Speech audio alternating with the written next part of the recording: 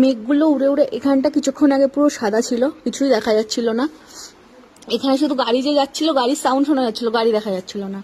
এই জাস্ট হালকা একটু ক্লিয়ার হলো, এই আবার এই দিক থেকে মেঘ আসছে। এই আস্তে আস্তে এই একটা রূপ ভাই, এই রূপটা তুই আগামী যতক্ষণ না পাহাড়ে আসছিস বিক্রম, যতক্ষণ না পাহাড়ে আসছিস এই লুকটা দেখতে পারবি, কোনোদিন পসিবল না, কোথাও না।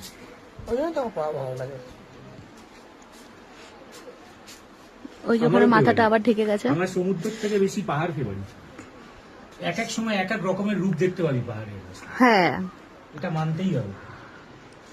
রোদ উঠলে এইখানটা মেঘলা ছিল, মেঘ হলে এই যে পুরো ক্লিয়ার হয়ে গেল।